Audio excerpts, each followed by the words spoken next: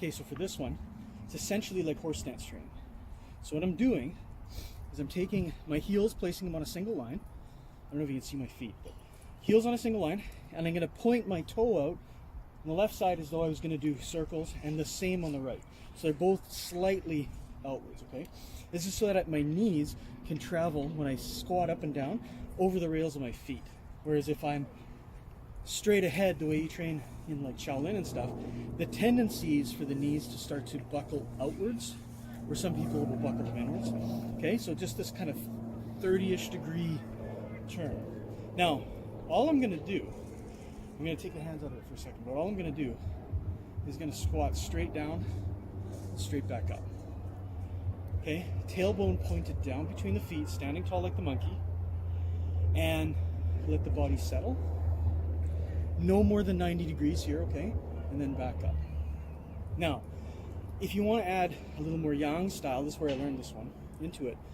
As I squat down, okay, my hands are going to be in the holding the tree posture here.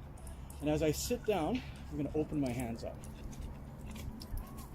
And then as I stand up, they come back in. So this ends up making the whole body coordinate.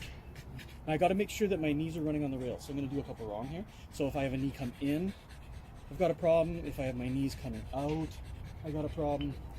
They got to be straight, okay? Now, the real trick here is to replace down, up with down. So what that means is I'm not thinking about sitting down onto my legs. I'm thinking about building pressure in my feet. So when I'm standing, I can feel what's quote-unquote normal from my weight on my feet and legs, right? But for some reason, when we squat, it feels like there's more weight. And what we're trying to do is we're going to try to use that feeling in the body in order to get more into our legs and get our weight through our hips. We suspend a ton of it in here. So as I sit, I'm thinking about like I'm sitting down into a chair with my pelvis and that my feet are getting heavier. It's almost like there's water inside the torso. The torso is draining down into the feet, right? Now, when I stand up, this is the most important part, I don't lift myself with my head or my chest. I press the ground harder, and that push ends up pushing me away from the earth. Okay? Now, even though that's technically always what's happening, it's a difficult thing to do it naturally.